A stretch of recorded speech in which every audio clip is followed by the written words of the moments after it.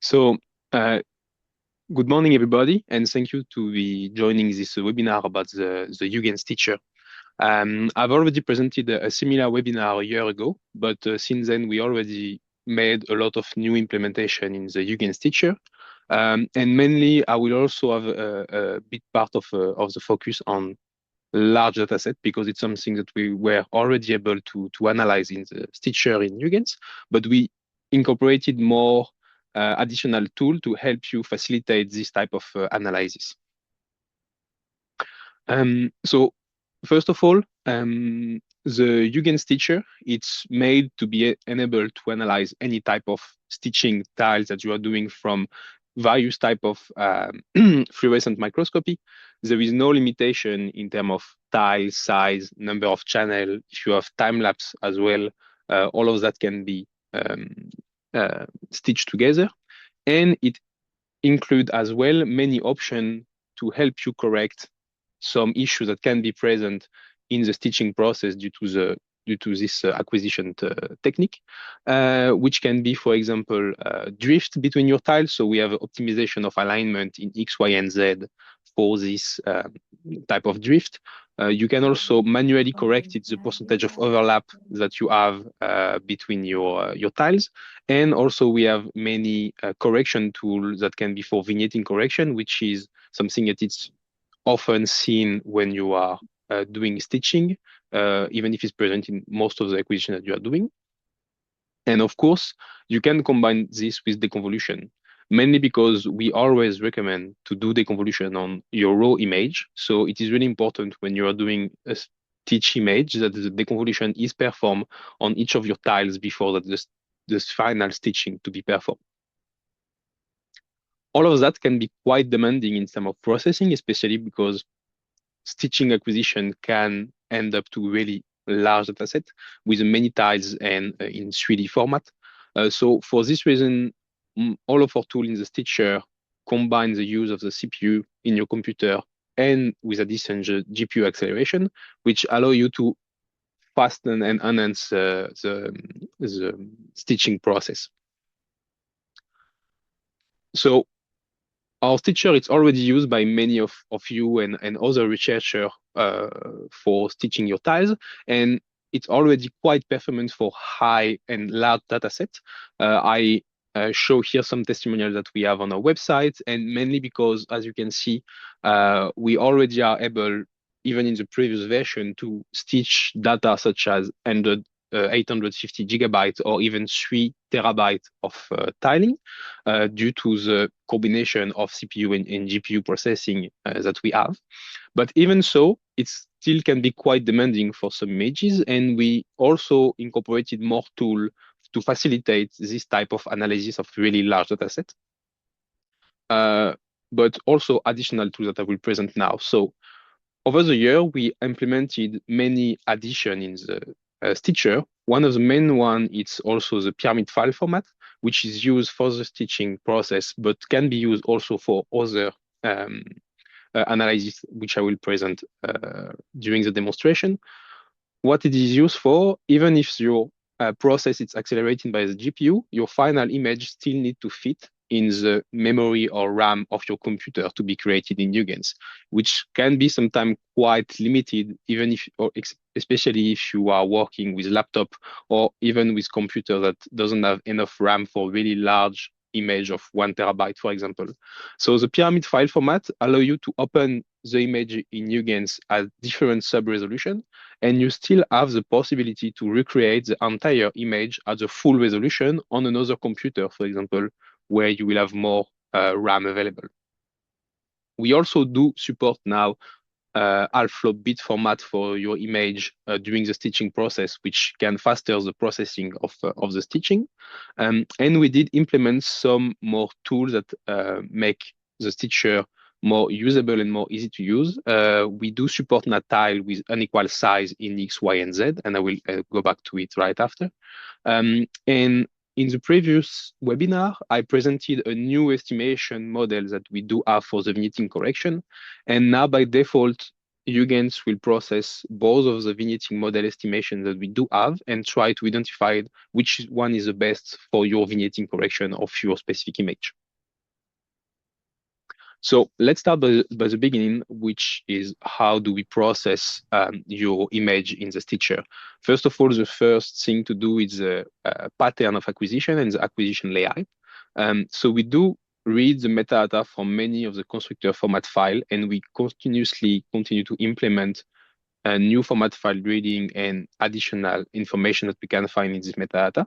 So when you open, for example, a CSSI file or a LIF file, all the information regarding your pattern of stitching are already properly registered in Huygens, but you have also the possibility to use TIFF file or other format file that does not contain this metadata, and you can create yourself the specific custom pattern that you did use for your acquisition and things like that. Something that I want to mention here is that we add some improvement in terms of additional metadata reading over the year. And this is also with the help of many of you and of other researchers. And we do encourage highly, if you have format file that are still not supported by Huygens for the Stitcher, for example, or for other tools, do not hesitate to contact us. And we are always more than happy to have a look if we can do implement them and make it more easy for you to analyze your image in Huygens. The next step is the optimization of the alignment of the different tile. So we do automatically check for the optimization of the different channel in 2D and in 3D, which help for any drifts that can be appearing during your acquisition process with the drift of the stage, which can often happen when you're doing tiling. And this is quite automatic and will help to correct, for example, this type of misalignments that you can have and you can see quite often in stitching final image. One addition that I mentioned previously over the year, it's that we do support night tile with unequal size. You have an example here of a neuron image from the Dr. Doris Shen from Aaron Shaw Lab and Yan Lab in Columbia University in New York that she sent us this image. And as you can see, it was performed with an icon confocal image. And you have different size of Z stack in this image, which can be easily stitched by Huygens now. This is can be quite often present now in new acquisition software because it allows you also to have final images that are smaller, right? If you do not need to take all the stack because it does not contain your sample, for example, inside, and also it will fasten the process of analysis that you have because your final image will be smaller. After the optimization of alignment of the tile have been done and the tile have been combined all together, Huygens you can perform deconvolution and vignetting correction of each of your tiles before to perform the final stitching. So I previously presented last year the different vignetting modules that we do use for correction, which is based on tile region and radial variation. For fast explanation, one will work really well if you have a lot of tiles in your image, when another one will work better if you have really few tiles in your image. Now it's also depends on the sample that you have. And now by default, Huygens will perform both estimation and we try to apply the one that is the most relevant for the correction of your image. After that, all this have been performed, the final image will be created. As I mentioned, all of this process are accelerated with GPU acceleration and can use both the GPU and your CPU. You have also an end on it that you can manually choose the GPU that you want to use in your computer if you have several one. You can also allocate the amount of CPU that you want to use for your stitching, which can be sometime required. So all of that you can manually modify it in your Huygens software. But all of that doesn't help if your final image doesn't fit in the full memory of your computer. So for this reason, we implemented pyramid format file in Huygens, which allow you to, first of all, save an image in your computer with different sub-resolution. So you are still able to open the full resolution image, and you still have the full resolution image if you have another computer which can support this amount of memory. But you are also able to open in your computer where you do not have enough RAM to open your image at a smaller sub-resolution. This is quite relevant also because you will be able to crop some part of your image that you might want to analyze if you do not want to analyze your full image at the maximum resolution. So where if you have a computer where the whole image will not fit in the RAM, you can still analyze small part of this image at the maximal resolution in this computer. And I will show a demonstration of it after the demonstration of the Stitcher. All this stitching process, including the optimization of alignment, the acquisition pattern, things like that, can be saved as a template, and you can use it automatically as in the workflow processor in Huygens if you have several acquisitions that have been performed in the same way with the same acquisition pattern and posterior overlap, for example. So now that I've presented all the different tools that we have in the Stitcher in Huygens, the best is to show you in live how it is working. So I will go in Huygens, and for this demonstration, I will use a ND2 file that have been kindly provided by the Johan, David, and Perrine Guinchy from the Institute of Mécanique des Fluides in Toulouse. This image is from a Nikon microscope, and it's an ND2 format file. So I just drag and drop this file, which automatically recognizes that I can perform a stitching on it. This image is representing a macrofluidic chip where bacteria are growing inside. They are studying the motility of these bacteria based on different concentration of oxygen in the medium. And for this reason, they need to perform tiling in this macrofluidic chip to have a high enough resolution on the whole area. How the Stitcher work in Huygens? So as you show, if you have format files that does contain the metadata, you can automatically drag and drop or open the image in Huygens, and it will propose you to stitch all this tile together. The first step is the data type selection, which I do recommend to let in automatic, as the software will try to get the best data type that will fit in your RAM also and the resolution which is required to perform the stitching. As I mentioned, you have also the possibility to choose, and you have now half float data type possibility. After selecting the data type, you have an estimation of the required memories that your final image will need in your computer to be created as N, and the available memory of your computer. If this memory corresponds to the RAM of your computer, it can be a bit different if you have swap or virtual memory, which can also be used in Huygens. But what I do recommend is that if you require memory, it's quite close from your available memory, or it's go higher than your available memory, you have the possibility now to use resolution pyramid, which at the end will save a resolution pyramid format file in your computer, and will open a pyramid file image in Huygens with different sub-resolution, which I will present you after. So this is recommended when you do not have enough RAM, and you can still perform the stitching and the deconvolution process in the Stitcher. As we do have an ND2 file from Nikon, and we are able to read the metadata, all the acquisition pattern as well as the posterior overlap of these images are already properly read in the metadata and correctly registered in Huygens. If you have files that does not contain metadata, or even if you have them, you have always the possibility to manually modify this pattern of overlap or the pattern of acquisition if you want to modify it.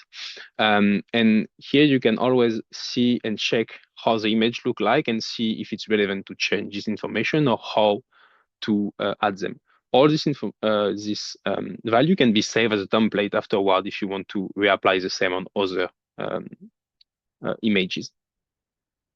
This image is a microfluidic chip. There is two channel, one which is stand for the bacteria, and another one which is stand for the microfluidic chip. And as you can see, what we often see in when you are performing tiling and stitching, you might have a drift which is often present due to the stage of the microscope and the acquisition that you're doing. And this can be easily corrected by Huygens to not have this drift anymore between your channel.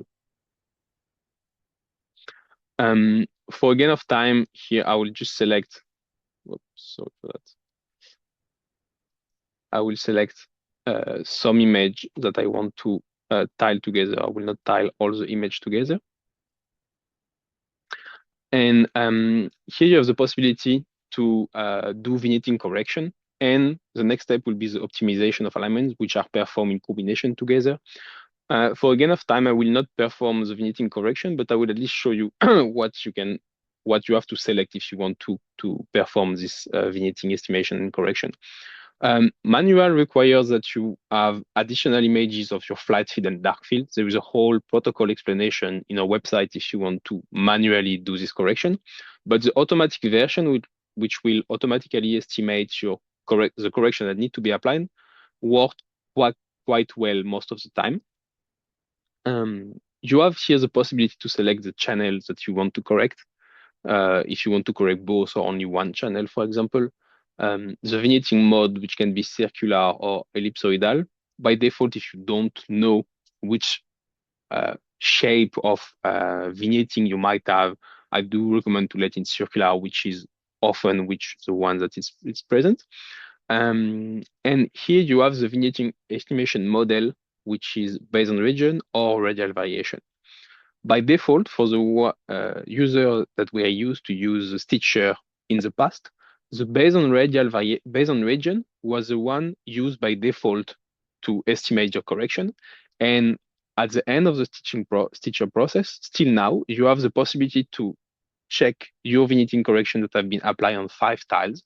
And at this step, you can decide to check the other estimation mode or to manually modify, for example, a vignetting adjustment yourself on your correction. Now, by default, in the new version, both will be estimated in your image, and the best one will be chosen by Huygens.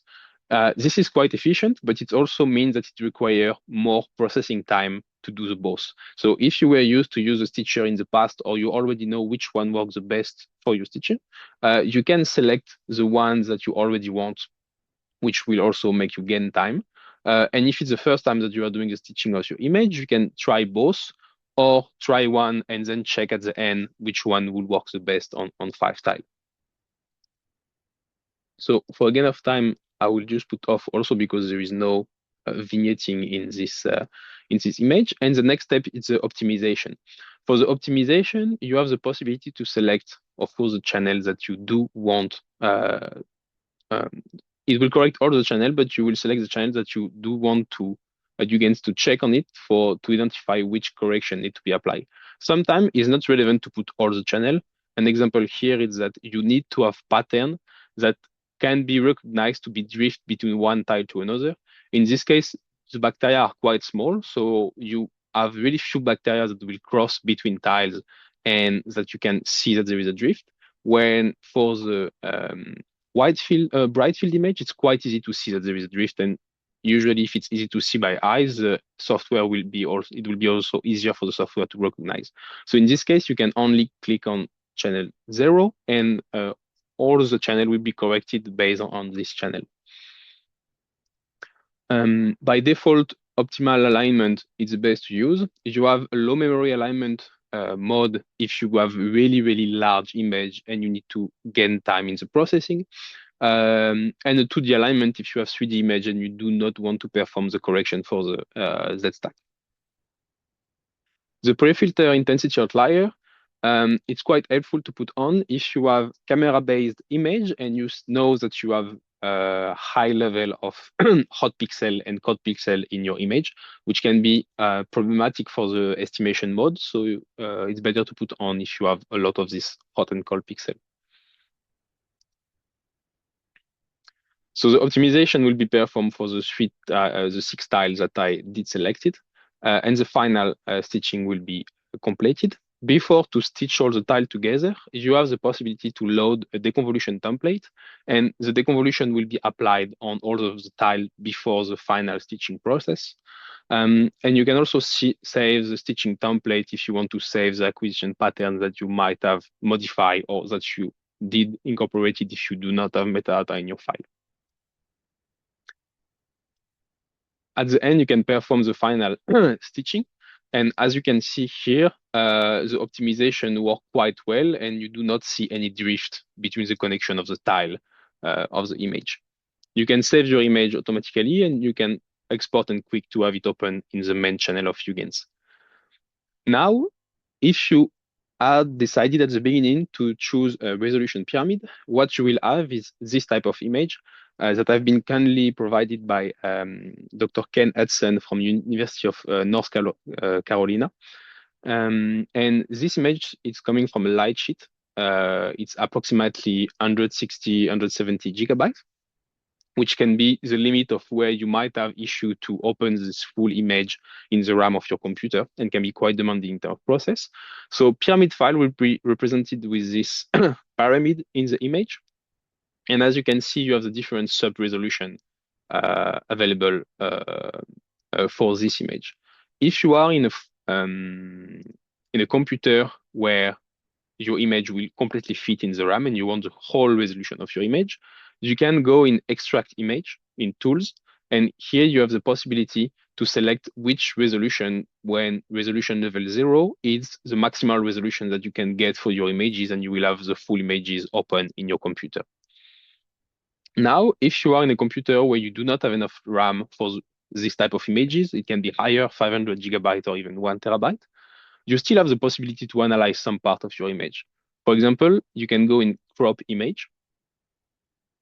And in here, you will want to identify an area that you will be interesting to analyze. For example, it can be for colocalization analysis. It can be also in our object analyzer if you want to perform some segmentation or things like that. I will do a really small area just for a gain of time. And in the crop, you have the possibility to select which resolution do you want. So if you go the level 6, you will have the minimal resolution you can have. And with the maximal resolution here, which will take a little bit more time to create it, you will be able to analyze this area of your images at the full resolution. This without needed to open a whole your whole image at the maximal resolution. As you can see here, I open the image at the level 6, which is the worst resolution that you can have, and you have the same at the maximal resolution. So this image is the best resolution of your image that you can get, and you can completely perform analysis on it in Huygens, such as colocalization analysis. You can also do complete segmentation in your image, for example, because the resolution is the maximum one that you can get for your image, for example. And all these sub-resolution are saved automatically in the file and in the folder that you have decided at the beginning of the Stitcher. Before to pass to the question, I would like quickly to go back to my last slide, and first of all to thank you all to have been present for the webinar. But I also want to mention that we have also our next webinar coming really soon, which is the 17th of February, which will be focused on the batch and image feeder in Huygens for the Deconvolution Express.